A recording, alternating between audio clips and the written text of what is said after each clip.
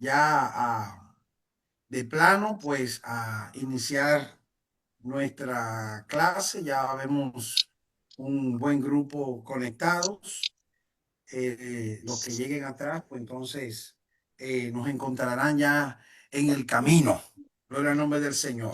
Así que quiero recordarles ¿verdad? La regla principal, que al inicio, pues poner siempre su cámara, y también pues al final, cuando ya terminamos la clase, esto da el aval de su asistencia al seminario. Amén. Y siempre pues tener su micrófono silenciado. Amén.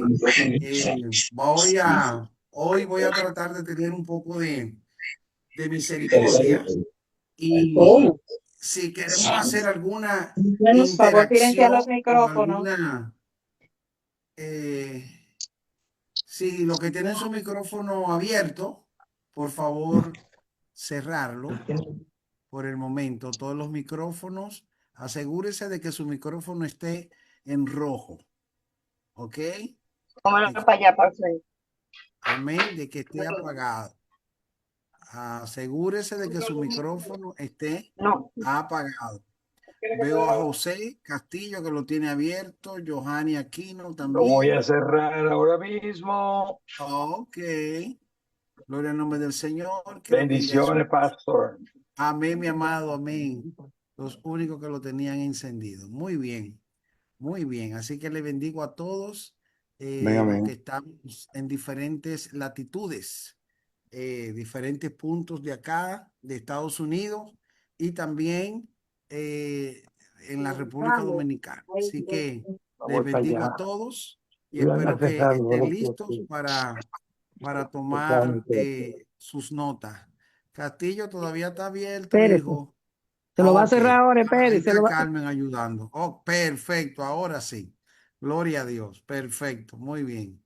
Gloria a Dios. Queremos dar la bienvenida a los hermanos que se están integrando de la iglesia Jesús Rey y Señor, de allá de Winston-Salem, en Carolina del Norte, al pastor David Adolfo y también a nuestro hermano David. Bueno, son dos David que están entrando, y también sus esposas. Así que vamos a Está orar Noelia para... también, de aquí de Carolina. ¿Cómo quién? Noelia. Oh, Noelia, Noelia. Dios te bendiga, Noelia. Y Diana también, que es de Carolina también. En el nombre del Señor. Así que le bendecimos a todos los hermanos de Pensilvania, los hermanos de Ohio, los de acá, y a todos los de la República Dominicana le bendecimos Y de a todos en el Maryland nombre del también, Señor. bienvenida. Y Maryland también, también tenemos de Maryland con nosotros. Así que voy a pedir al pastor David Adolfo que nos lleve en oración para entregar este tiempo al Señor. Amén. Y que podamos tener una buena cosecha en el día de hoy. Así que, pastor David Adolfo, por favor, dirigirnos en oración. Amén. Dios le bendiga a todos.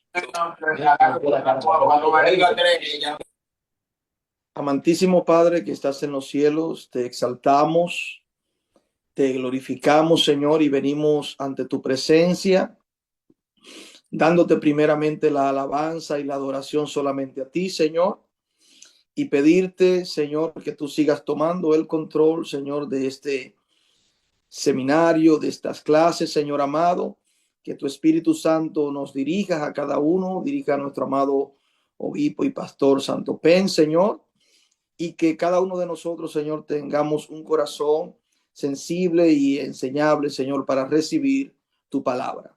Nos ponemos en tus manos, Señor. Glorifícate, Señor, como solamente tú sabes hacerlo. Te lo pedimos en el nombre poderoso de Jesús. Amén. Amén, amén, amén. Muchas gracias, nuestro hermano pastor. Eh, en la noche de hoy, pues vamos a continuar. Estamos impartiendo la primera parte de este seminario, que lleva como tema Introducción a la Biblia.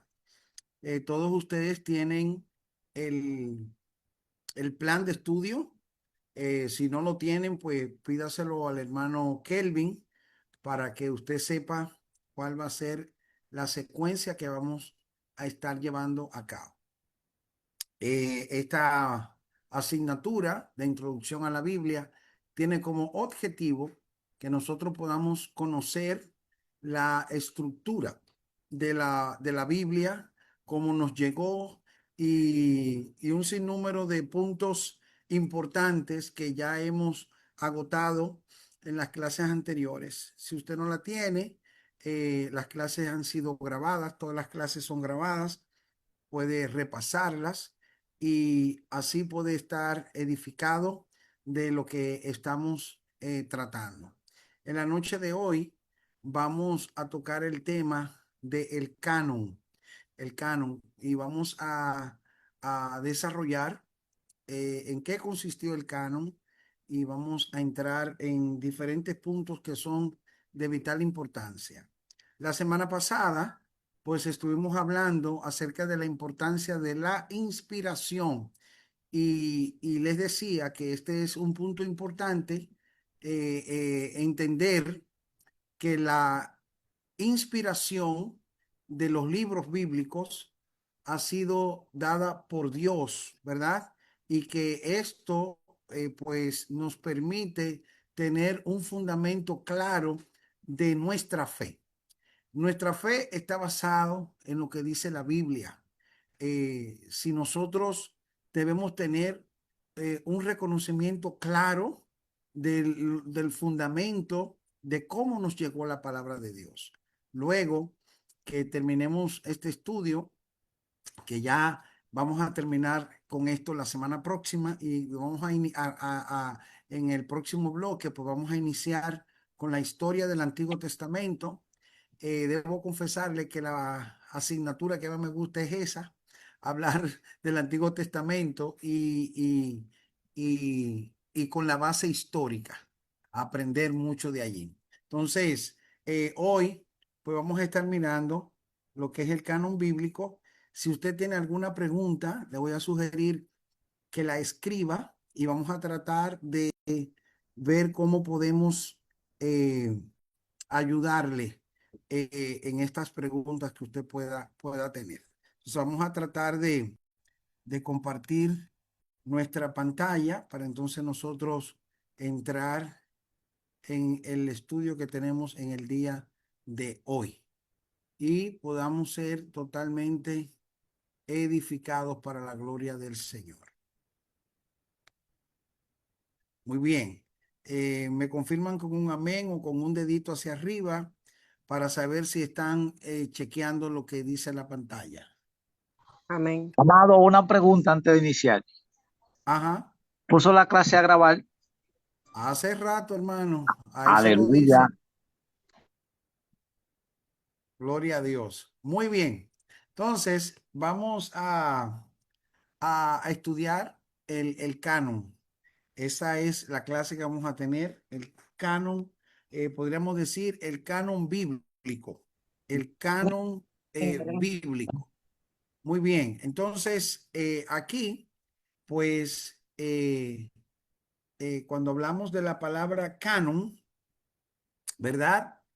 Algunos quizás no tienen una idea de qué signifique esto. Yo recuerdo que enseñando en uno de los institutos bíblicos acá, yo trataba de que pudieran tener una idea y les decía que, que el canon era como un aparato donde se ponían los libros y ese aparato pues podía decir si un libro era, era de Dios o si era de Dios.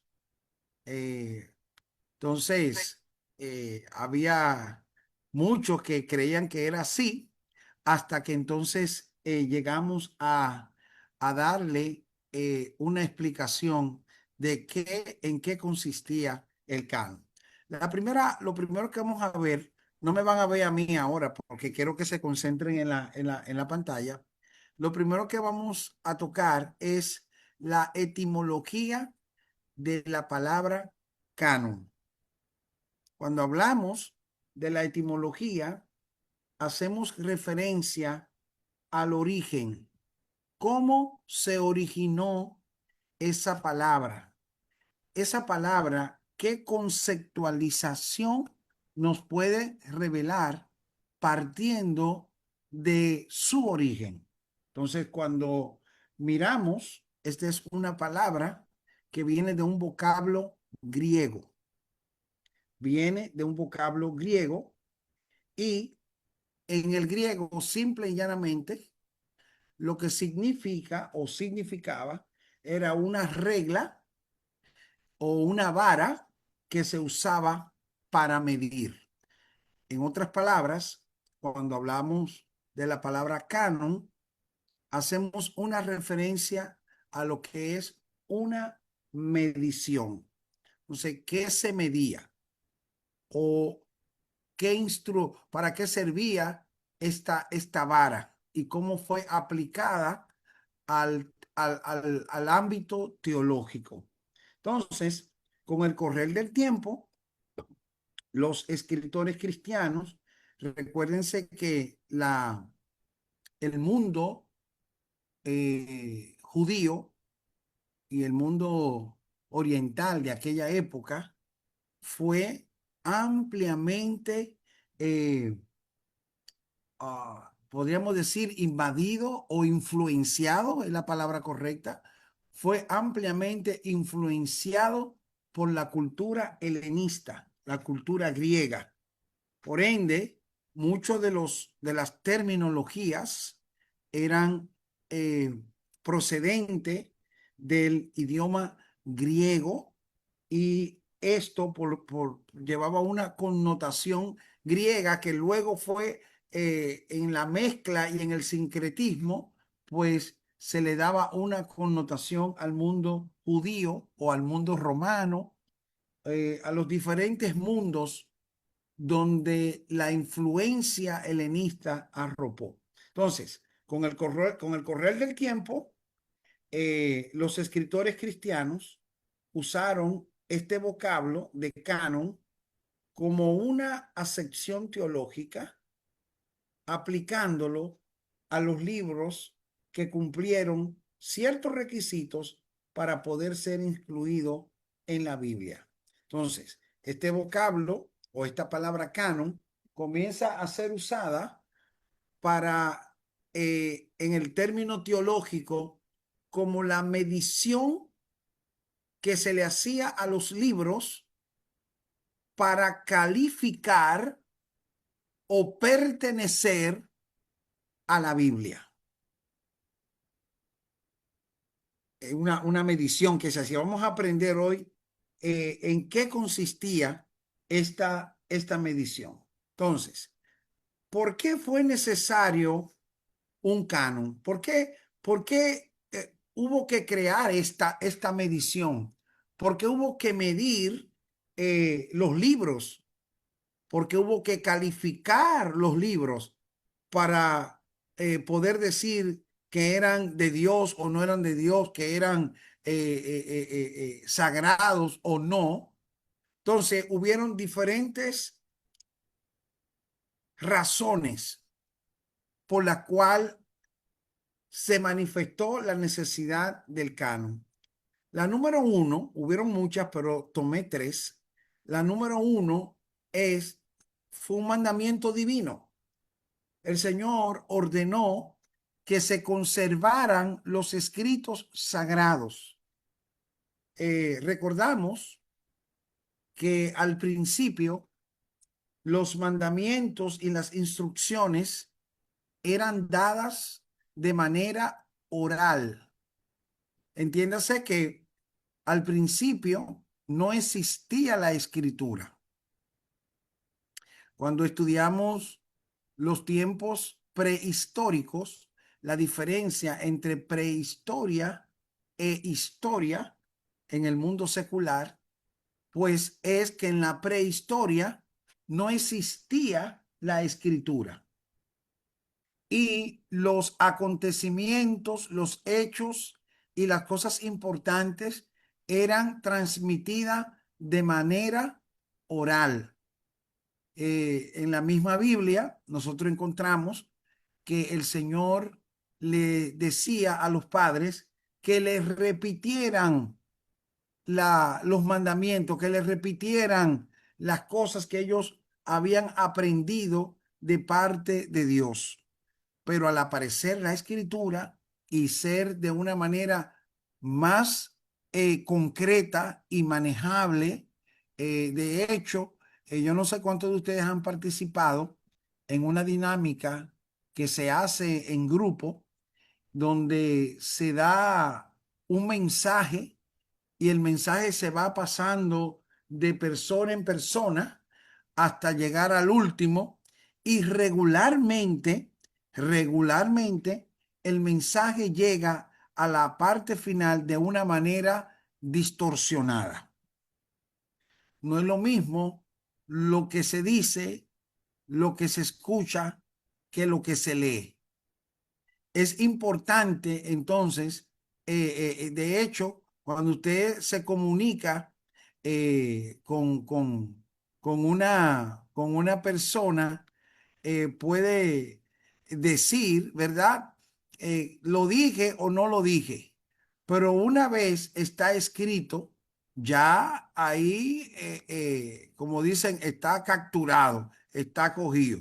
De tal manera, y de hecho, ustedes recuerdan que en la historia y en los principios, cuando se hacía ese gran peso a la palabra, la palabra de un hombre, la palabra de mi papá, la palabra de mi abuelo, que se respetaba la palabra, los contratos se hacían de manera verbal, se hablaban y se confiaba en lo que estos hombres acordaban o pactaban, ¿verdad? Luego vinieron los diferentes métodos para confirmar los pactos, donde se sellaban con piedra, con anillo y así sucesivamente. Hoy, en la modernidad, pues nosotros tenemos las firmas en los documentos, los contratos se hacen en papel, en tinta. Hoy lo hacen de manera electrónica, ¿verdad? Pero con el mismo concepto de una escritura. Entonces, el Señor, como mandato divino, ordenó que los libros fueran conservados. De hecho, cuando le dio la ley a Moisés, recordamos que parte de la ley fue guardada en el arca, ¿verdad? Y habían copias, pues, que eran leídas al pueblo, porque el Señor ordenó que el mandamiento divino fuera conservado en las escrituras. Número dos, además de que el Señor dio esta orden, hubo una amenaza de una destrucción de la literatura judía. Exactamente cuando los griegos se estaban expandiendo, una de las órdenes que tenían el imperio griego era la destrucción de la literatura y la destrucción de la cultura de los pueblos que ellos habían conquistado. Entonces, los judíos trataron, y no que trataron, sino que salvaron sus escritos a través de diferentes métodos, y uno de los métodos principales fue la creación de las sinagogas, ¿verdad? Y también escondieron muchos de sus escritos. Asimismo, también la literatura cristiana, ya en el siglo I, encontramos, ¿verdad?, que la literatura cristiana también fue ampliamente perseguida y destruida. En muchos lugares las Biblias eran quemadas. Había una persecución contra lo escrito.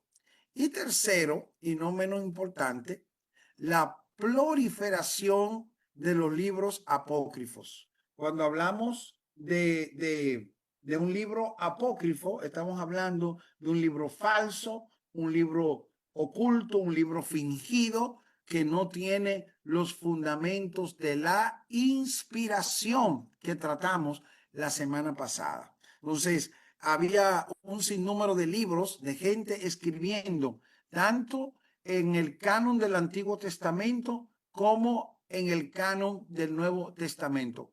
Es muy importante que nosotros tomemos en cuenta que los judíos nunca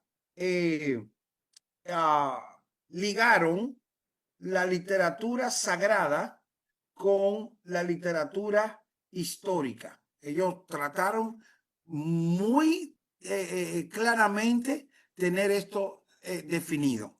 De hecho, cuando usted lee en el Antiguo Testamento, se citan algunos libros que no están en la Biblia, como el libro de Enoch, que tiene dos tratados, Enoch 1 y Enoch 2.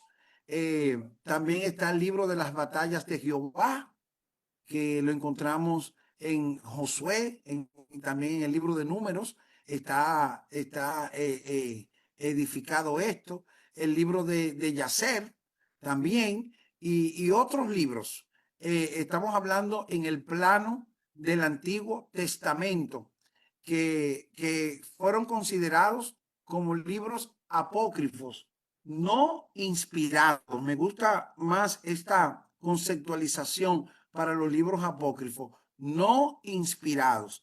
Y en el campo del Nuevo Testamento, recuérdese que había una cultura filosófica peligrosa, como los gnósticos y otros más, que también comenzaron a tratar de producir escritos, y estos escritos podemos decir de manera categórica que en su mayoría, por no decir que su totalidad, eran libros no inspirados por el Espíritu Santo. Y vamos, a medida que vayamos mirando esta clase, nos vamos a dar cuenta el por qué podemos enfatizar de que no eran libros inspirados por el Espíritu Santo. Además de que muchos gnósticos escribieron cargando su doctrina. Otros herejes produjeron también un sinnúmero de conceptualizaciones totalmente contrario a la unidad del texto bíblico. Contrarios a la unidad del texto bíblico. Entonces, hubo una necesidad categórica para la iglesia, para los hijos de Dios, en determinar cuáles libros eran sagrados. Entonces, podemos ver que número 1 fue un mandato de Dios. Número 2, para guardar de la destrucción de la literatura, tanto judía como cristiana. Y tercero, y creo que un punto bastante importante y muy peligroso, que era la proliferación de los libros apócrifos. Una cantidad de libros que comenzaron a aparecer que querían darle autoridad sagrada, profética y apostólica a los cuales no la tenían porque eran libros falsos y fingidos. ¿Ok? Vamos bien hasta ahora. Muy bien.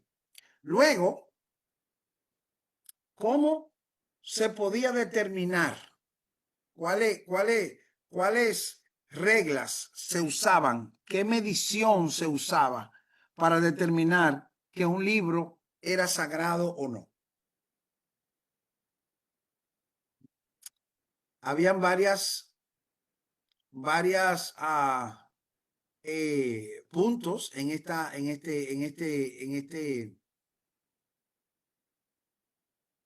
este punto, pero vamos a tomar cinco clases, ¿ok? Ok, muy bien. Ok. Número 1, ¿cómo para determinar la canosidad de un libro? ¿Qué se hacía? Primero estaban los concilios. Y los concilios no es que era lo más primordial en el momento, me voy a explicar. Si voy muy rápido o no me entienden, dígame, pastor, repita tal cosa, o lo escriben ahí. Y yo trato de ir más al paso o de bajar un poquito el lenguaje para que usted pueda ser edificado de lo que estamos tratando. ¿Ok? Acabamos de hablar de la necesidad de un canon en el mundo histórico, literario, religioso. Y explicamos las razones por la cual hubo la necesidad de crear un canon. Ahora, en esta vista que tenemos al frente, vamos a ver la determinación de la canosidad de un libro. En otras palabras, ¿cómo se determina que un libro pasa la prueba para pertenecer a la Biblia? Vamos, voy a hablar así para que usted me entienda. Entonces, lo primero que estamos tomando en cuenta eran los concilios. Yo quiero que usted borre de su mente ahora el concepto concilio que nosotros tenemos en nuestra época. Un concilio en la antigüedad era la reunión de los líderes cristianos, los ancianos, los obispos, los líderes, podríamos decir, eclesiásticos de la época. Se reunían por una necesidad X para salvaguardar la santidad del pueblo de Dios. Y uno de los puntos importantes fue que los diferentes concilios, porque hubieron varios concilios,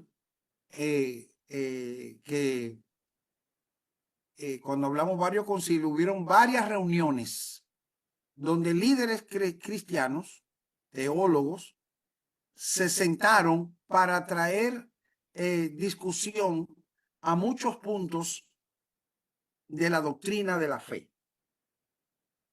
Entonces, en cuanto a la formación de la Biblia, también hubieron varios concilios, hubieron varias reuniones donde los líderes de la época se reunieron para determinar si un libro debía ser insertado en la Biblia o no. Así que estos hombres sabios, estos hombres teólogos, hay mucha discusión en cuanto a esto, porque había muchos también intereses políticos de la época, muchos intereses de los imperios. Y el imperio había entendido que una de las maneras también de soyugar o mantener la doblegación del pueblo era también a través de un sistema religioso.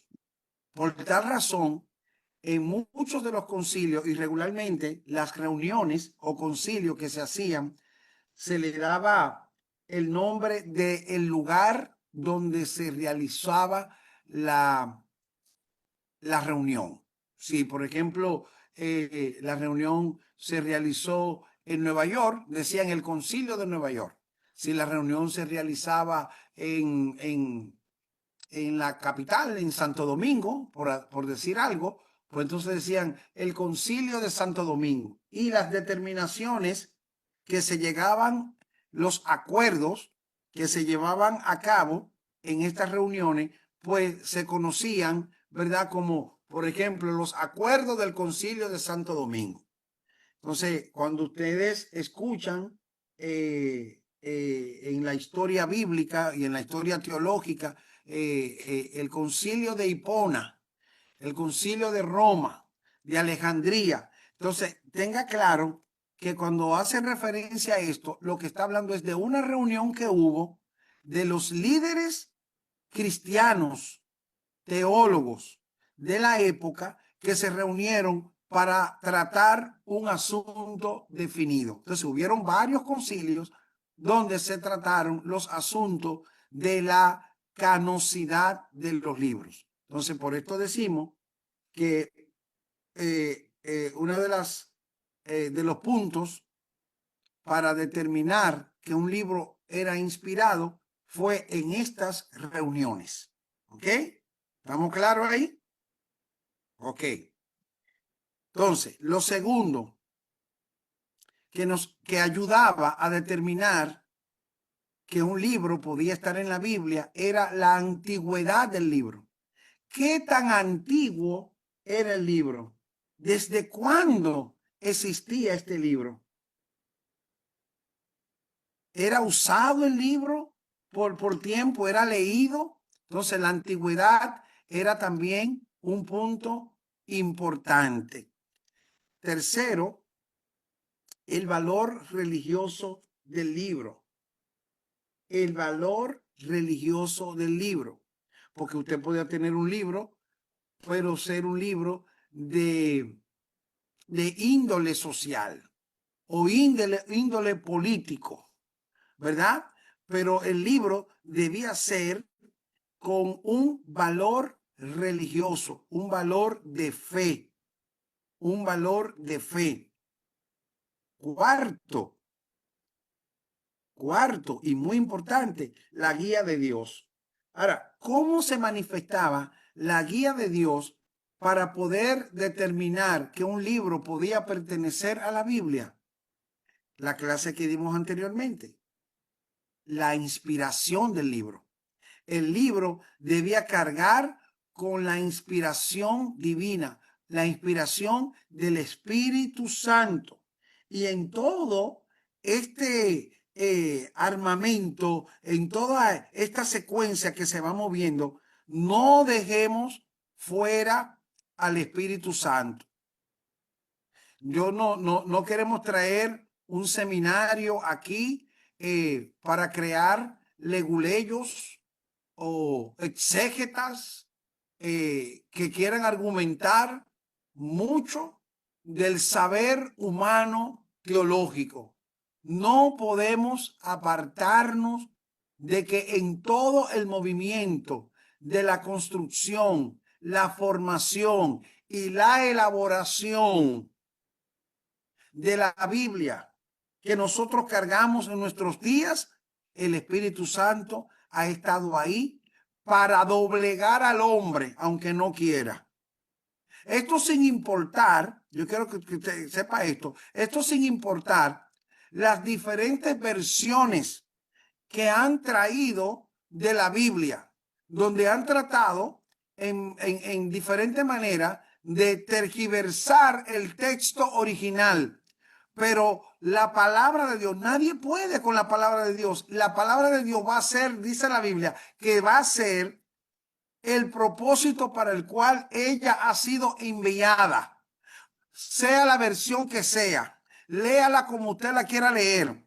El Espíritu Santo va a guiar ese texto, esas palabras, no solo para una comprensión mera y exclusivamente científica o lógica o filosófica.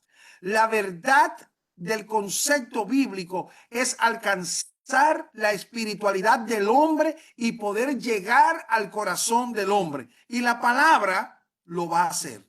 La Biblia lo va a hacer.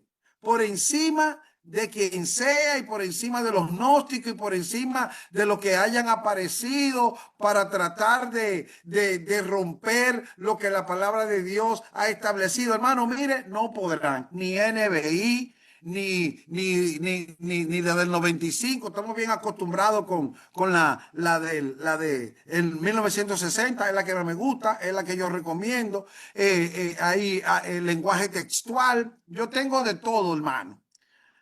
Y la palabra es la palabra. Y aunque hayan quitado y quizás le hayan puesto, el hombre no podrá nunca tergiversar lo que Dios ha dicho a través de la historia. Recuerden que tratamos 3 puntos importantes en una de las clases anteriores, y es la manera en la que Dios se ha revelado al hombre. Y decíamos, en primer lugar, que la primera revelación de Dios al hombre fue a través de la naturaleza, de lo que nos rodea. Lo que nos rodea manifiesta la presencia y la gloria de Dios. Y el mismo texto bíblico lo dice: los cielos cuentan la gloria de Dios y el firmamento anuncia las obras de sus manos. Dice que un día emite palabra al otro día y derrama sabiduría.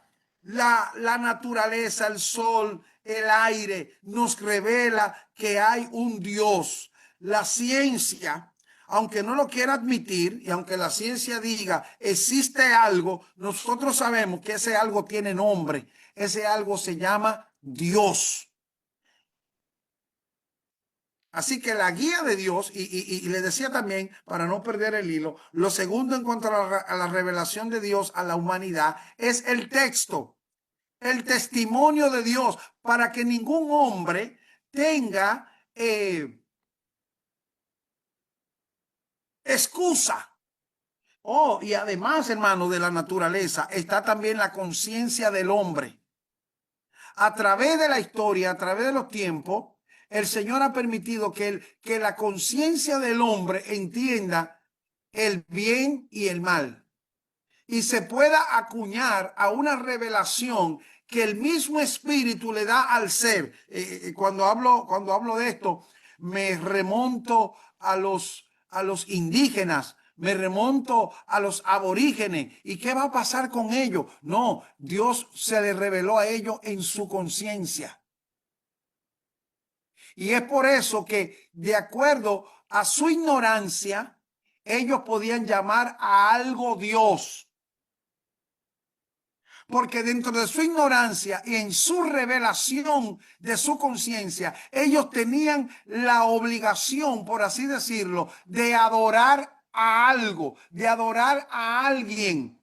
Y esa conciencia los llevaba a adorar y a crear un sinnúmero de conceptos que luego usted lo ve. Esos conceptos se pueden alinear a la Biblia.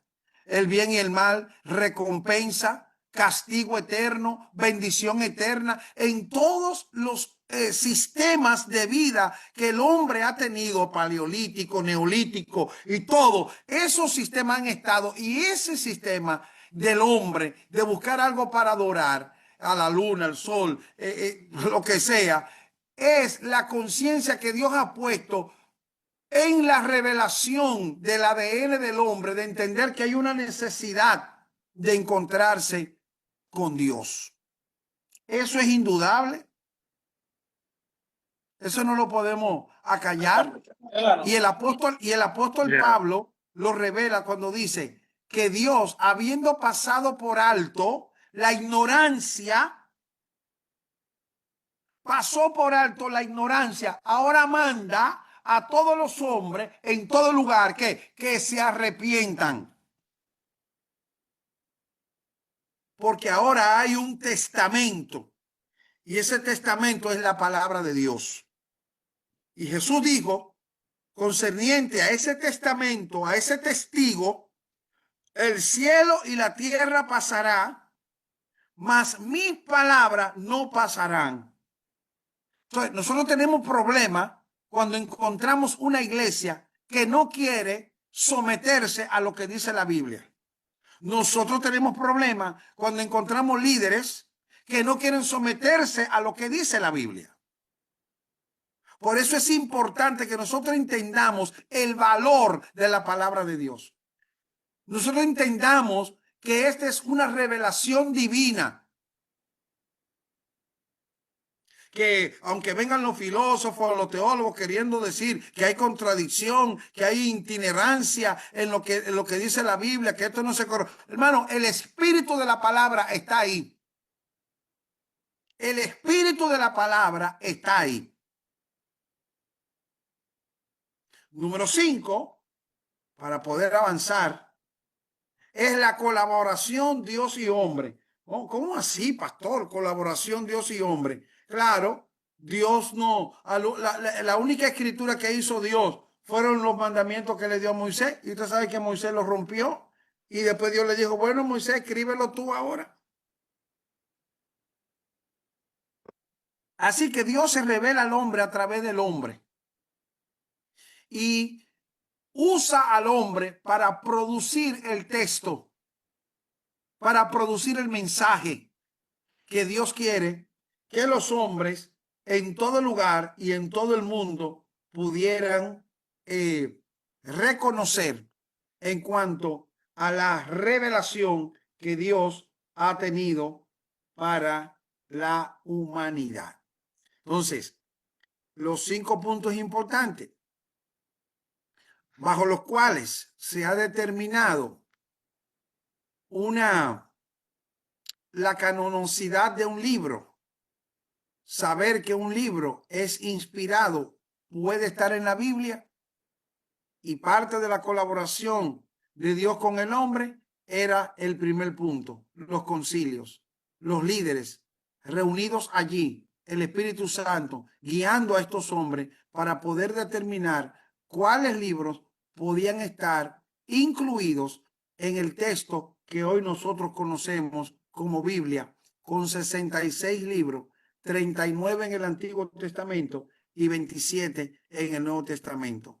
Así que estuvieron los concilios, la antigüedad del libro, el valor religioso del libro, la guía de Dios y por último, la colaboración Dios y hombre. Hasta ahora, ¿hay alguna pregunta? ¿Estamos claros?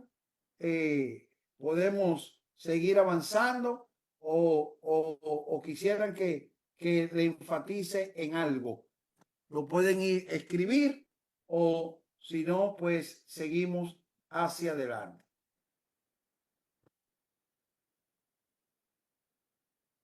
Muy bien.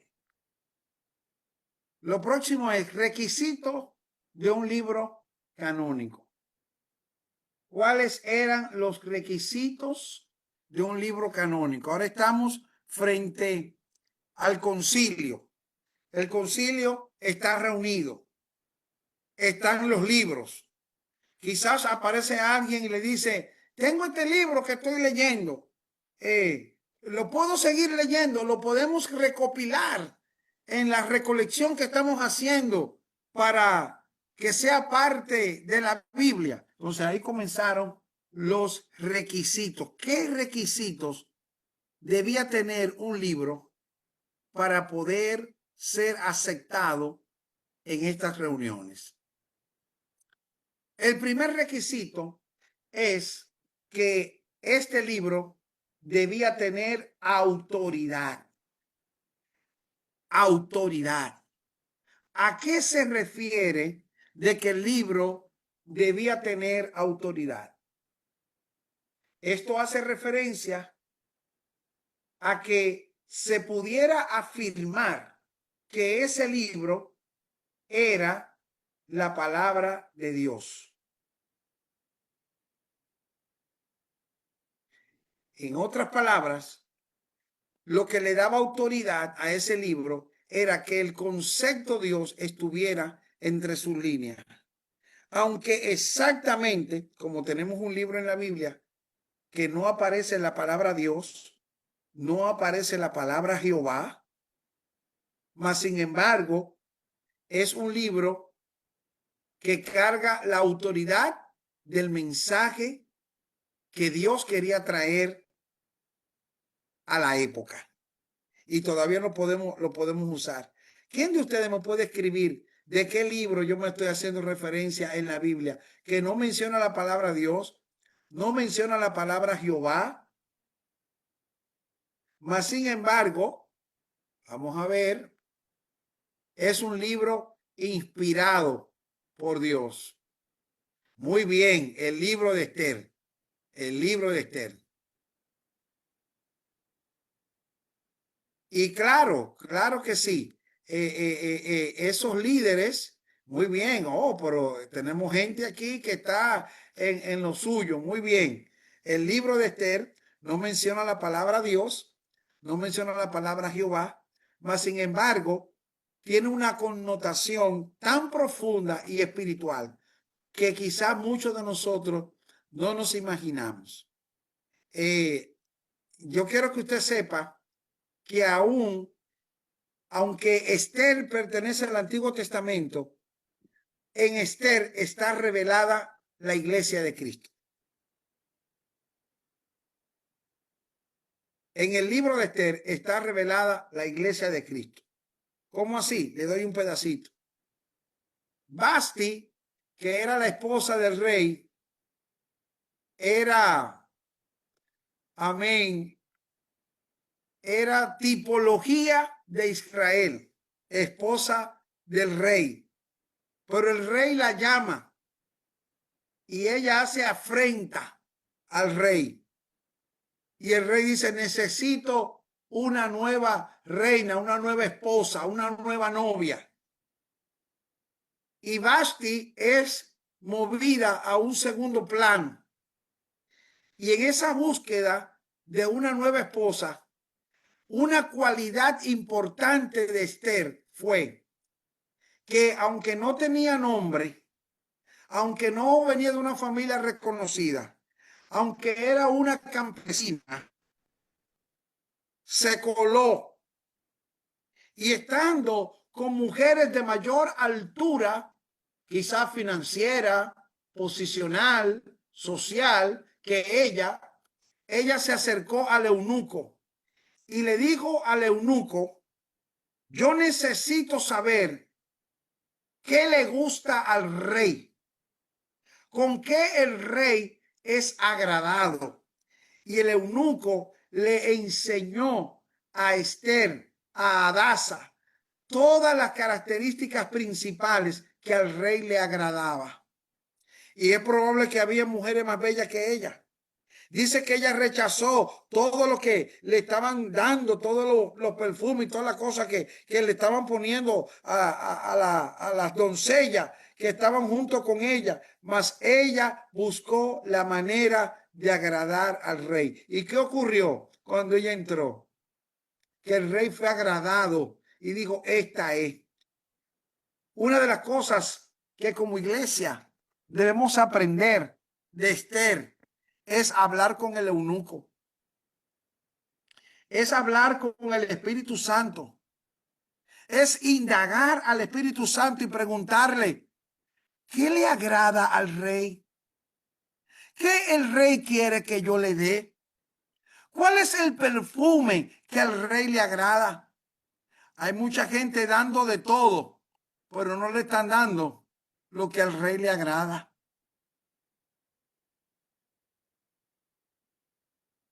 Y no voy a seguir indagando, no voy a seguir desarrollando esto, pero todo eso está envuelto en ¿dónde? En el libro de Esther. Trayendo mira hermano, siento a Dios aquí, por enseñando que yo estoy, Padre. Hay demasiadas cosas bonitas en la palabra de Dios. Entonces, el libro de Esther tiene autoridad. Está la presencia notoria del plan de Dios para la humanidad. Entonces, todo libro para ser incluido en el texto, para ser incluido en la Biblia, la palabra de Dios, debía tener autoridad. Autoridad. Y esa autoridad se la daba ese sello de ser palabra de Dios. Número 2, para que podamos avanzar y la noche nos dé. Número 2, el libro debía ser profético. Profético. Y es importante que nosotros entendamos lo que es la carga profética. Porque lo profético no es único para dar un presagio. No. Lo profético también trae corrección. Lo profético también trae instrucción. Aleluya. Y un libro bíblico tiene que tener una carga profética, instrucción, corrección.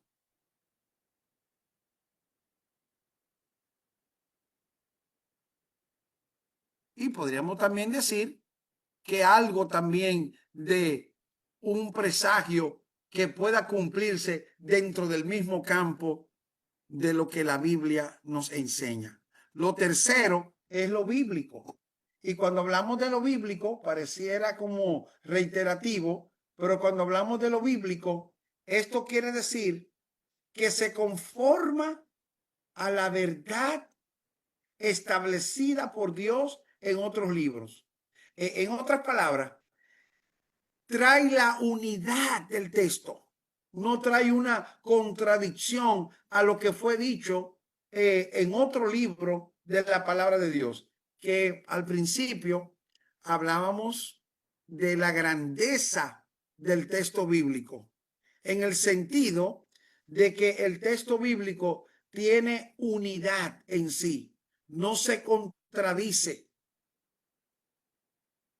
No se contradice la palabra de Dios. Entonces, cuando hablamos de que el libro sea bíblico, es que tenga unidad con los demás libros, tenga una coherencia. Y esto era lindo porque lo profético concordaba con la ley. De hecho, ustedes han leído, por ejemplo, que en la Biblia habían escuelas de los profetas. ¿Usted no se ha preguntado alguna vez, ¿y qué aprendían los profetas? No es como en las escuelas proféticas de ahora, que en las escuelas proféticas de ahora le enseñan a buscar. Bueno, si te invitaron a la iglesia de Santo Pen, métete a la página de la iglesia y comienza a ver los hermanitos que están ahí, y entonces tú te aprendes par de nombres de los hermanitos que están ahí. Eso es lo que enseñan en la escuela profética. Entonces tú comienzas a llamar por nombre y comienzas a decir tal cosa y tal cosa. ¿Me entienden? No, en la escuela profética de aquellos tiempos se enseñaba la Torá, se enseñaba la palabra. Ningún profeta era ignorante de lo que decía la ley, porque ningún profeta podía venir a decir una cosa que fuera contra la ley. De hecho, una de las funciones principales del profeta era velar de que los reyes y aún los sacerdotes cumplieran la palabra de Dios. Entonces, ¿cómo ellos pueden velar porque estos líderes cumplieran con la palabra de Dios si no la conocían? Entonces, ¿cómo ellos conocían las instrucciones de lo que la palabra de Dios decía? En las escuelas proféticas. En la escuela profética le enseñaban la ley. En la escuela profética le enseñaban los preceptos de Dios. Pero hoy tenemos un montón de profetas que no quieren aprender la palabra, que no saben dónde está Génesis ni quién lo escribió. Y usted lo ve profetizando cosas que no van, que están fuera de lugar, completamente antibíblicas. Me van a botar de aquí, pero nosotros necesitamos judíos como los bereanos.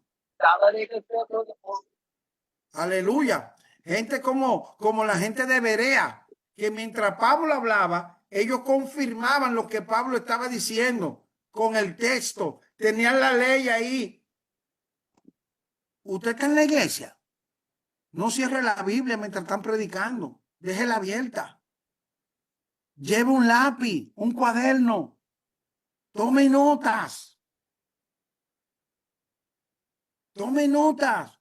No le diga amén a todo. Conviértase en uno de Berea.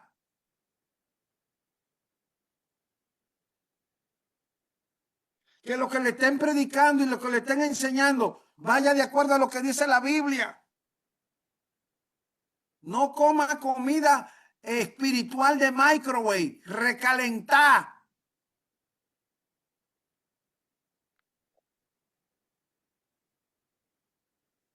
O cogiendo todo lo que suena ahí en YouTube.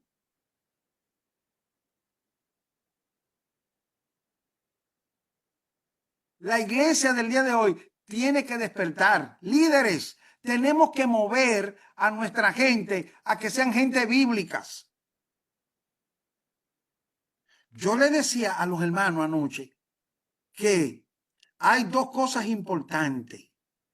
Una iglesia con el poder, con la oración, con el ayuno y con la palabra es una bomba de tiempo. ¿Y quién puede detener algo así? ¿Quién puede detener una iglesia que tenga el conocimiento y que tenga el poder? No solo como Apolo, ¿no? Que Apolo venía con mucha filosofía y mucha palabra y nada de poder y nada de autoridad revelada a la humanidad. No, necesitamos sazonar la palabra con el poder del Espíritu Santo, pero dar una palabra certera. Una iglesia así es una iglesia indetenible. Un hombre así es un hombre indetenible en Dios. Pero no solo conocer la palabra, sino a aplicarla, vivirla. Que tus hechos me permitan sentarme para oírte y no que tus hechos me digan, me tapen los oídos para yo escuchar lo que tú estás hablando. Entonces necesitamos entender que un libro para ser canónico, y tenemos que ser canonizados en este tiempo, es que no contradijera lo que el texto estaba edificando, lo que la Biblia en su totalidad estaba edificando, el mensaje de salvación, hermano. El mensaje bíblico está minado de muchísimas cosas, pero el punto principal, yo quiero que usted entienda esto, el punto principal de la revelación del texto es para que el hombre pueda alcanzar la salvación del alma. Olvídese de lo demás. Olvídese de lo demás. Estamos muy preocupados por los dones y por muchas otras cosas. Y muchas veces enfocados en los dones y estamos perdiendo nuestra alma.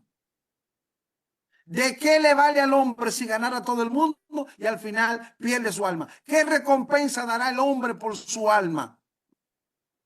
Hay que predicar salvación y después de la salvación todo lo que quiera venir, pero salvación del alma. Hay que preocuparse por los perdidos, porque ese es el mensaje bíblico, ese es el mensaje de la Biblia. Búsquelo de Génesis y Apocalipsis. Bendigo a los que han sido instruidos en los diferentes, ay, se me fue la palabra, en las diferentes dispensaciones de la inocencia, de la conciencia, el gobierno humano, el diluvio, prediluvio, todas esas dispensaciones. Yo veo en la Biblia un solo mensaje. Yo veo en la Biblia una sola dispensación. Veo en la Biblia el mensaje de gracia. Porque por gracia soy salvo. Por gracia soy salvo. Pecó Adán y Dios por gracia y misericordia lo cubrió. Por gracia y misericordia le dio un hijo que trajera un linaje de redención. Por gracia llamó a Noé. Por gracia, Noé no era bueno, pero por gracia lo llamó. Por gracia llamó a Abraham y escogió al pueblo de Israel. Por gracia llamó a Moisés. No habían cualidades específicas quizás dentro del plano de las cualidades que nosotros podemos tener delante de Dios. La gracia de Dios. El mensaje bíblico es gracia. El mensaje bíblico es salvación. Y lo vemos desde Génesis hasta Apocalipsis.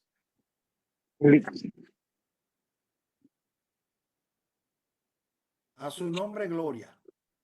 Así que el libro debía ser bíblico.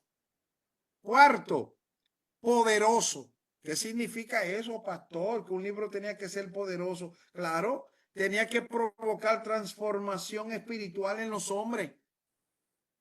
El que lee la Biblia y no es transformado con la palabra de Dios. La palabra de Dios es un espejo. Va a revelar tu condición. La palabra de Dios va a revelar tu condición. Por eso que cuando estamos en una iglesia donde la palabra no me confronta, ay santo, uy, donde la palabra no me confronta, donde la palabra no me dice que yo estoy mal, donde la palabra no me dice, mira, tienes que arreglar tal cosa, hermano, y la palabra de Dios está ahí y el texto está ahí. El mensaje de Dios también es confrontativo.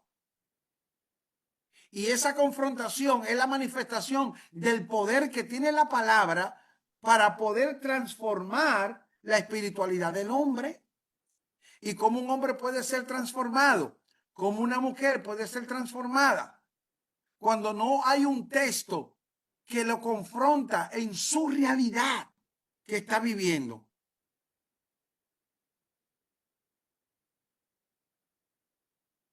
Entonces, los textos, al ser analizados, tenían una manifestación de poder, era de confrontación, y esa confrontación podía traer una transformación espiritual en el hombre. De hecho, la Biblia es un libro cargado de poder. Y por último, en este aspecto, es, ¿verdad?, que fueron aceptados. Esos libros fueron aceptados, leídos y recibidos como inspirados por todo el pueblo de Dios. El papel importante del Espíritu Santo al guiar al pueblo de Dios fue en que el pueblo de Dios pudiera reconocer que esos libros que ellos tenían, digamos, antiguo testamentariamente, la Torá, digamos, los escritos, los libros agiógrafos y otros más, ¿verdad? Que pudieron llenar el corazón. Tenemos testimonio en la Biblia, hermano. Ustedes recuerdan cuando aquel rey encontró el libro que estaba perdido, el rey Josías, cuando él lo leyó. No era simplemente el libro de la ley, ahí también estaban los libros proféticos. Cuando él leyó este libro, él se tiró, hermano, se tiró en el piso y dijo, wow, ay de nosotros, este libro nos está revelando lo mal que nosotros estamos. Y se tiró a clamar a Dios. Y Dios le dijo, no te preocupes, mi hijo, que todo el mal profético que dice este libro no va a venir en tus días. Porque yo he reconocido que tú eres un hombre piadoso. Los grandes avivamientos de la palabra de Dios comenzaron con la palabra. Con la palabra. Hermano, no podemos tener un avivamiento sin palabra. Avivamiento no es solo correr y milagros y hablar en lengua. No, avivamiento es arrepentimiento. Avivamiento es reconciliación. Avivamiento es cuando hay 10 de los 20 hermanos que hay en la iglesia, hay 15 enchismados, pero viene un mensaje que nos rompe a todos. Y ahí estamos reconciliándonos y ahí estamos llorando. Eso es avivamiento. Cuando tenemos todas las cosas en común. Cuando hay la manifestación de la madurez del creyente. Y la madurez del creyente se manifiesta en que usted no anda ofendiendo a su hermano. El cristiano maduro no ofende y si ofende pide perdón. Eso es avivamiento. Por ese avivamiento no se predica. Ese avivamiento no se enseña. Porque queremos avivamientos en el libro. Y le voy a decir una cosa. Es imposible alcanzar avivamiento sin el libro. Es imposible alcanzar avivamiento sin el texto. Y puedo seguirles citando, hermanos. Esdras, cuando hubo la reconstrucción y tomó todo un día para leer el libro. Oiga, hermano, para leerlo, ni siquiera para analizarlo, ni siquiera para predicarlo, solamente para leerlo. Y cuando él leía el libro, oh, hermano, cayó el poder de Dios sobre la congregación de los líderes. Y entendieron que estaban mal con solo leer el libro. Aleluya. Así que si queremos avivamiento, si queremos un pueblo transformado, si queremos un pueblo cambiado, la recomendación es que volvamos al libro, volvamos al texto, volvamos a lo que dice la Biblia. Volvamos a ese mensaje que diga, la Biblia dice, que saquemos de nuestros mensajes y nuestras prédicas los conceptos sociológicos, los conceptos psicológicos, los conceptos teológicos. ¿Cómo, pastor? Sí.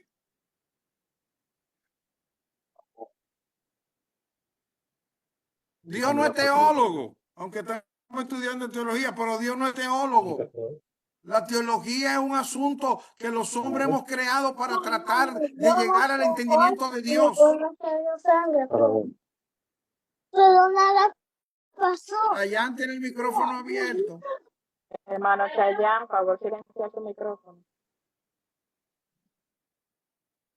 Entonces, eso es importante que nosotros podamos entender, mis amados hermanos y mis amadas hermanas, que de la manera que nosotros vamos a lograr tener un avivamiento certero es cuando nosotros podamos regresar a la palabra de Dios. Así que los libros fueron aceptados porque fueron leídos y fueron recibidos como inspirados por todo el pueblo de Dios, y ese papel imperante del Espíritu Santo para guiar al pueblo de Dios a reconocerlo. Así que tenemos que orar y pedir al Señor que ese Espíritu Santo venga otra vez para guiarnos a ese despertar de lo que la palabra de Dios nos dice. Así que por este momento vamos a tener un breve receso, brevísimo. Créeme que yo tengo candela para seguirlo, pero vamos a darle un breve receso, gloria al nombre del Señor, de 3 minutos para que se paren, beban agua, se sacudan el pelo, y luego pues vamos a venir ya cerrando con 2 puntos que no son muy extensos. Vamos a ver entonces el canon del Antiguo Testamento y el canon del Nuevo Testamento. Así que vamos a obtener este tiempecito. Veo Katiuska que dice que va a pasar lista al grupo de la República Dominicana en este lado. Así que vamos arriba en el nombre del Señor. Amén. Así que tienen unos minutitos para poder tomar agua y demás, y continuamos con el estudio de la palabra de Dios. Si tiene alguna pregunta, algún comentario, lo puede ir escribiendo. Espero que esté siendo edificado en esta noche. Gloria al nombre del Señor. Así que vamos a tener unos minutitos para que podamos tomar agua y demás. Así que regresamos en breve. En el grupo de República Dominicana, mis hermanos, lo abrimos, el WhatsApp, para que por favor se anoten por allí. Esto es para que nadie se nos quede.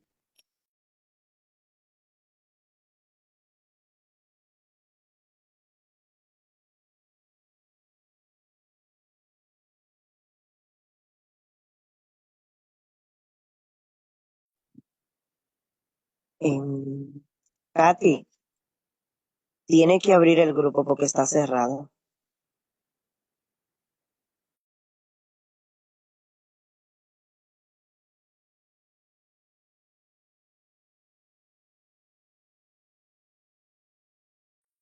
¿Puede repetir lo que dijo, hermana, si es posible? Solo los administradores pueden escribir en el grupo. Tiene que abrirlo para que podamos hablar.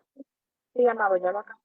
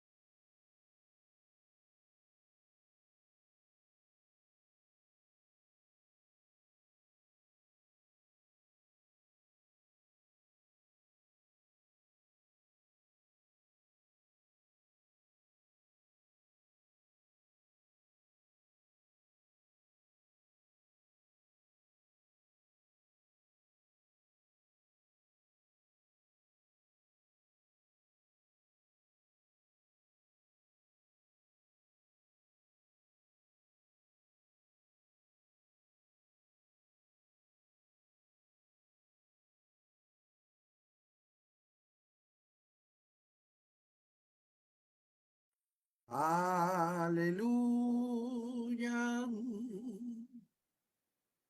Aleluya. Aleluya. Dios bendiga a nuestro pastor Carlos. Qué gusto verte, mijo. Bendiciones. Amén, pastor. Dios le bendiga mucho más. Igual, una bendición estar aquí. Dios le bendiga a todos. Amén. Gloria a Dios. Estamos conectados, activos. Eso es. Gloria a Dios. Muy bien. Vamos ya a entrar a la parte concluyente de la noche de hoy y vamos a ver entonces dos puntos importantes. Primero, vamos a ver el canon del Antiguo Testamento, cómo se pudo conciliar los libros para el Antiguo Testamento. Es muy importante que nosotros conozcamos esta parte. Ok, los judíos nunca compararon los libros inspirados con las otras obras literarias que ellos pudieron haber producido. Lo sagrado era lo sagrado. Ese libro de la ley era sagrado para ellos. Entonces, en la producción literaria judía, el Antiguo Testamento quedó, quedó dividido o formado por tres partes.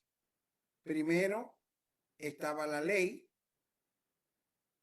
Cuando se habla de la ley, a veces nos enfocamos única y exclusivamente en los 10 mandamientos, pero la ley tenía tres,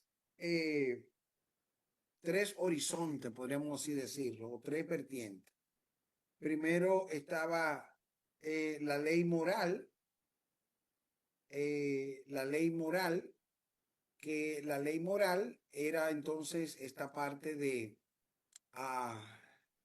los 10 mandamientos, donde habla acerca de la relación moral de Dios y el hombre mismo con sus congéneres o con sus compatriotas, con sus hermanos, con su prójimo. Luego estaba la ley ceremonial. La ley ceremonial hacía referencia a los cultos, a la manera del hombre acercarse a Dios. Esta parte de la ley es donde estaban enfocados los cultos, los ritos, las ofrendas, los sacrificios. Si el hombre peca, para reconciliarse hace tal cosa. Si va a dar gracia, trae tal ofrenda. De la ofrenda que traiga, tal ofrenda es para los sacerdotes, tal ofrenda será quemada y así sucesivamente. Entonces, este es el otro aspecto de la ley. Y tercero, estaba la ley civil. En la ley civil, pues el Señor establece la manera de convivencia, cómo ellos tenían que convivir unos con otros. Ahí, pues estaban dentro de las leyes civiles, estaban las leyes sanitarias, las leyes de la guerra. Ahí el Señor hablaba de cuando una mujer tenía la menstruación. Ahí el Señor hablaba de cuando la gente estaba enferma, por ejemplo, con lepra, que era lo que tenían que hacer, salir del campamento y un sinnúmero de otras cosas. Todo eso estaba enrolado en lo que era la ley civil. Entonces, cuando hablamos de ley, estamos hablando de tres aspectos importantes: lo moral, lo religioso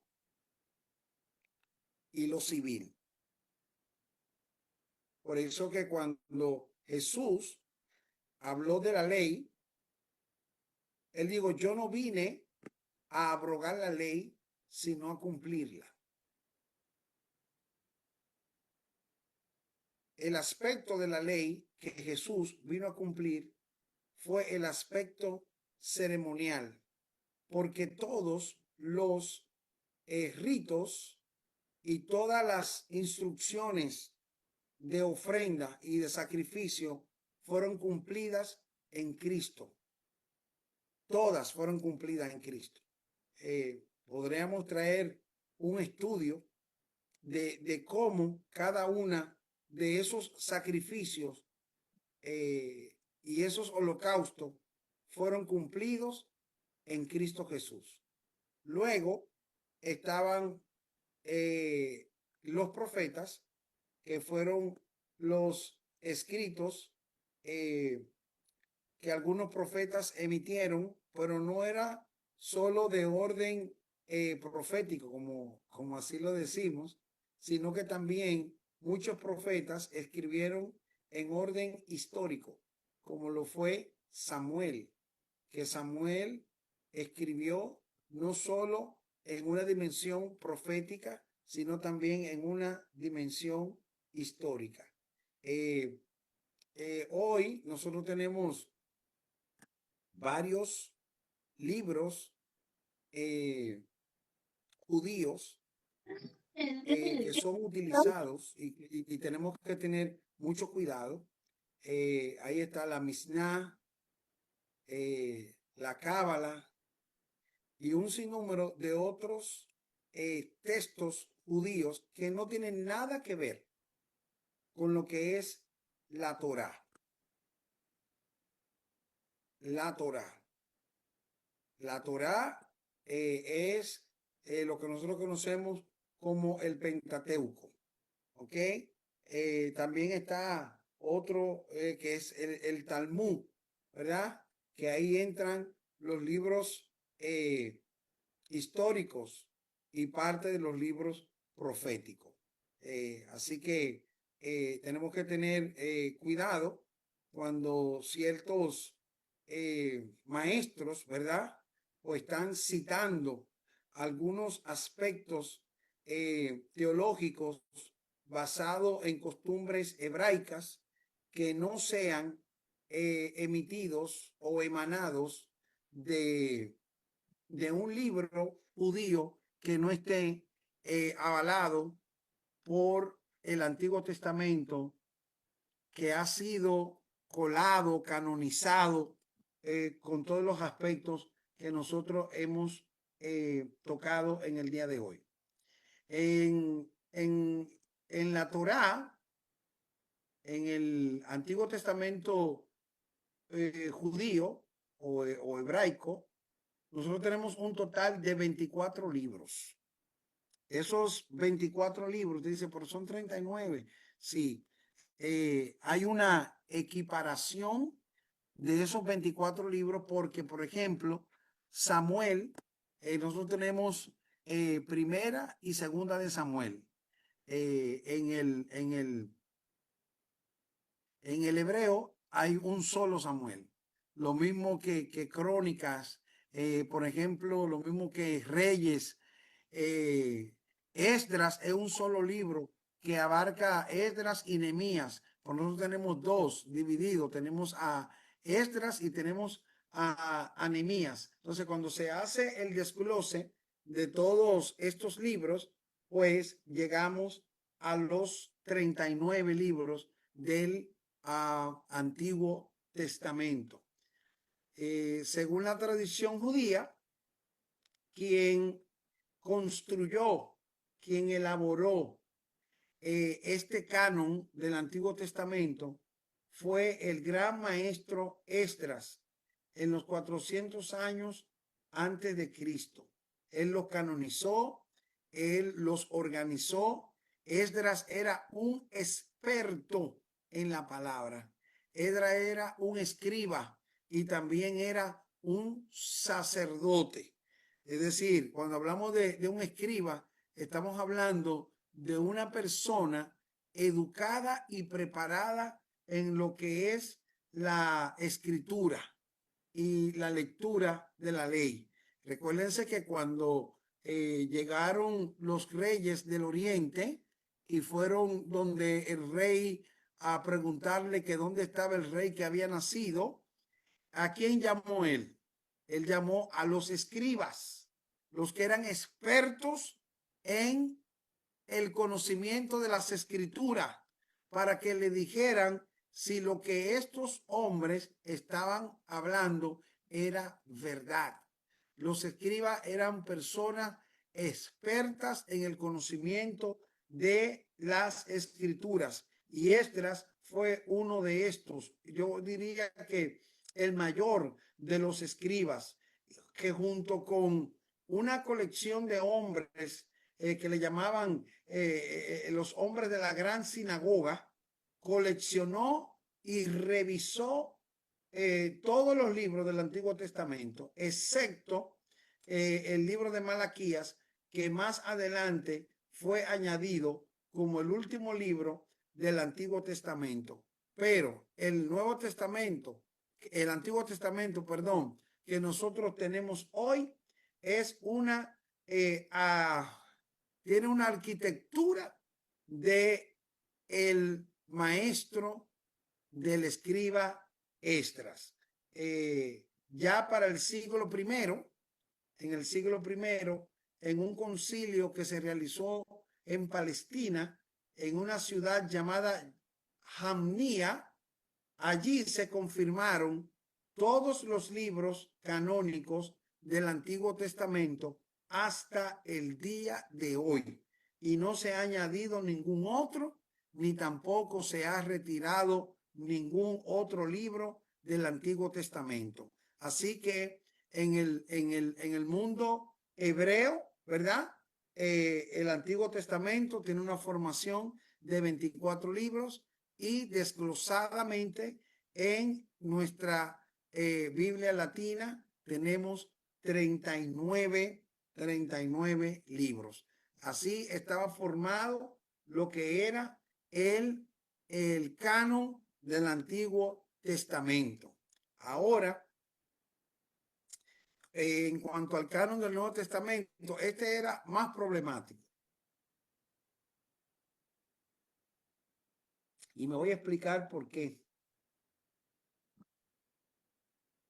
¿Por qué era tan importante la canonicidad de los libros en el Nuevo Testamento o en la época neotestamentaria? Existían iglesias que estaban usando libros apócrifos en la lectura y en la enseñanza. Libros apócrifos en la lectura y en la enseñanza. Iglesias nuevas. En el año 140 de la era cristiana apareció un señor llamado Marción. Este era un hereje y él había hecho su propio canon del Nuevo Testamento. Y en el canon que él creó del Nuevo Testamento solo había el Evangelio de Lucas. Él había desechado el Evangelio de Juan, el Evangelio de Marcos y el Evangelio de Mateo. Y el único evangelio que él tenía en su Nuevo Testamento personal, el señor Marción, era el Evangelio de Lucas y 10 de las epístolas del apóstol Pablo. Las otras epístolas él las había desechado. En la época neotestamentaria también había una proliferación de libros apócrifos y había también muchas corrientes filosóficas contrarias, negativas, que estaban tratando de tergiversar la doctrina que Jesús había establecido.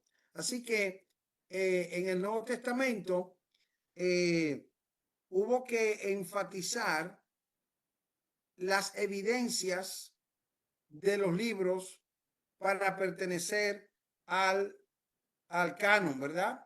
Entonces, lo primero es que había una selección del libro de Hechos y Dichos de Jesús.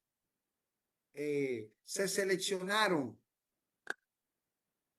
Ustedes recuerdan que en el libro de Juan, capítulo 19, o capítulo 20, verso 19, si no me equivoco, dice que lo poco que se había escrito para que nosotros podamos creer que Jesús es el Hijo de Dios, pero que los demás hechos y dichos de Jesús que no fueron tomados en cuenta, dice que si se tomaran en cuenta los libros, no caberían en la tierra. Es decir, que lo que nosotros tenemos registrado era lo necesario que nosotros necesitábamos conocer para alcanzar la salvación de nuestras almas. De hecho, se dice que hay unos documentos que fueron encontrados en la cueva de Qumran, por allá por el Mar Muerto, en Israel, que lleva como tema los dichos de Jesús. Y hay unos documentos llamados el documento Q, que narra dichos y hechos de Jesús, y se piensa que el documento Q o el documento Q fue la base para la construcción de los evangelios. Entienda también que el primer evangelio que fue escrito fue el evangelio de Marcos, y el evangelio de Marcos fue basado en estos documentos Q, que envuelve hechos y dichos de Jesús.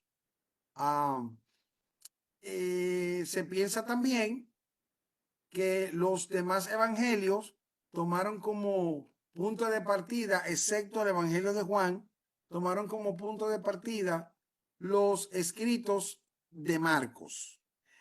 Otra cosa que debemos pensar es que los discípulos, los apóstoles, no pensaron en escribir. Ellos, en el momento que Jesús se va y ellos quedan predicando el evangelio, lo que ellos estaban haciendo lo hacían de manera oral, dar el mensaje de manera oral. En otro aspecto, cuando quizás estemos mirando un poquito de hermenéutica, vamos a ver la conceptualización concerniente a lo que es la paternidad literaria, cómo alumnos podían escribir las enseñanzas de sus maestros y atribuir este libro a su maestro. Esto ocurría con grandes regularidades en el pueblo judío, y ellos respetaban mucho esto acerca de la paternidad literaria. Entonces, las evidencias que tenemos del canon del Nuevo Testamento, lo primero era la selección de hechos y dichos de Jesús.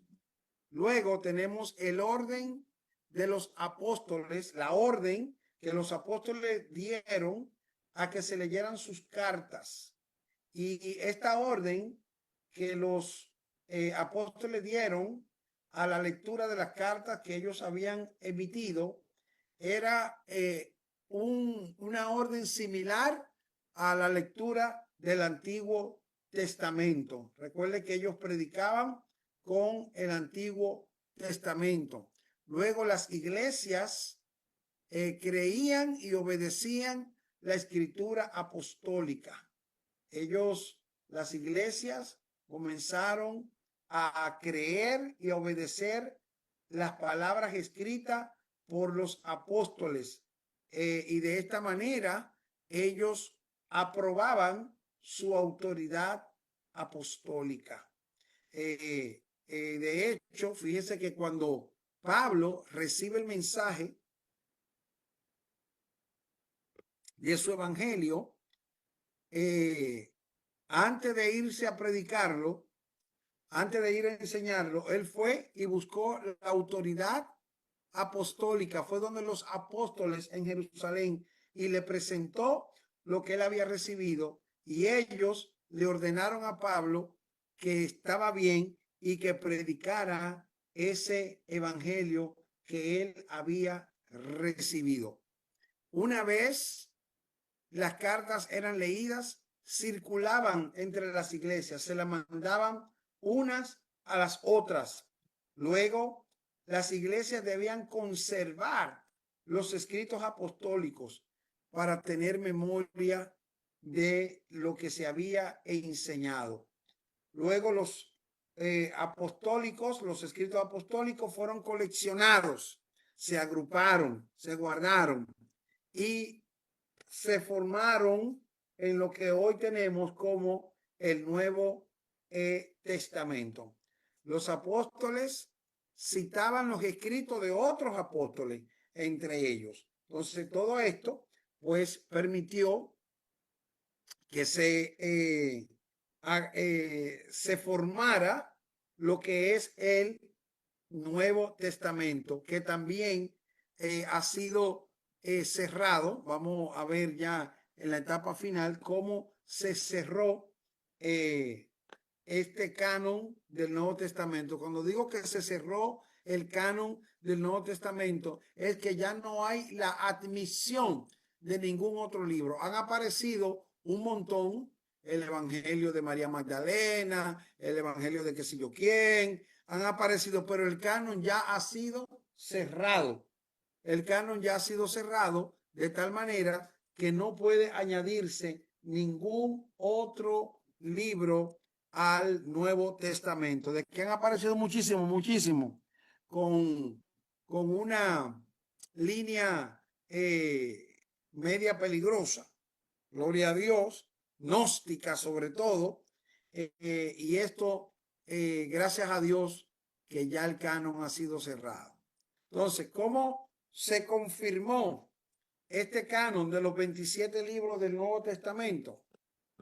Los 4 evangelios, el libro de los Hechos como libro histórico, las epístolas paulinas, las epístolas generales y la de Pedro, Santiago, Judas, el libro de Apocalipsis y las cartas de Juan.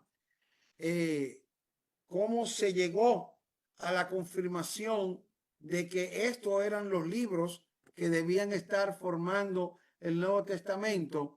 Primero fue que fueron confirmadas por diferentes escritores cristianos del siglo II, como lo fue Policarpo, que yo sé que muchos de ustedes han conocido de la historia de este gran mártir, Policarpo, también Justino el mártir, Ireneo, Clemente de Alejandría y otros escritores del Nuevo Testamento dieron la aprobación de estos libros para ser recibidos y aceptados como el Nuevo Testamento. También las primeras traducciones que se hicieron del Nuevo Testamento cargaban estos 27 libros. Hubieron 2 traducciones que se hicieron al Nuevo Testamento. La primera, que fue la siriaca y la versión latina. Y esto ocurrió en el siglo II después de Cristo. Cuando hablamos de la versión siriaca, esta palabra siriaca lo que hace referencia es a una lengua aramea, como un dialecto arameo que se hablaba en aquellos tiempos. Entonces, las primeras traducciones que se hicieron al Nuevo Testamento se hizo en esta lengua siriaca y en la lengua latina, la Vulgata latina. Y en estas 2 traducciones, el Nuevo Testamento tenía una carga de libros de 27 libros. Luego, Orígenes, que fue un teólogo, que fue un maestro de la palabra, fue el primero en reconocer en el siglo III la existencia de estos 27 libros en el Nuevo Testamento. Ya para el año 367 después de Cristo, apareció Atanasio de Alejandría, y él fue el primero en formar el canon definitivo de los 27 libros del Nuevo Testamento. Atanasio de Alejandría, ese fue el Esdras del Nuevo Testamento. Y 2 concilios posteriores, el concilio de Hipona en el año 393 de la era cristiana y el concilio de Cartago en el año 397 de la era cristiana.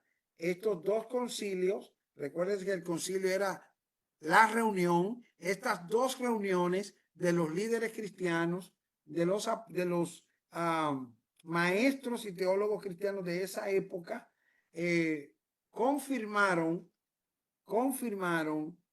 el canon del Nuevo Testamento para así formar estos 27 libros. Así que los concilios en esta ocasión no confirieron ninguna autoridad, sino que la reconocieron, la autoridad que ya estos libros tenían, en que eran inspirados por el Espíritu de Dios para beneficio del crecimiento de la iglesia.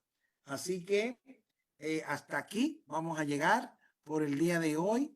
En la próxima semana vamos a estar hablando acerca de las diferentes versiones y ahí vamos a dar por concluido esta parte de introducción a la Biblia.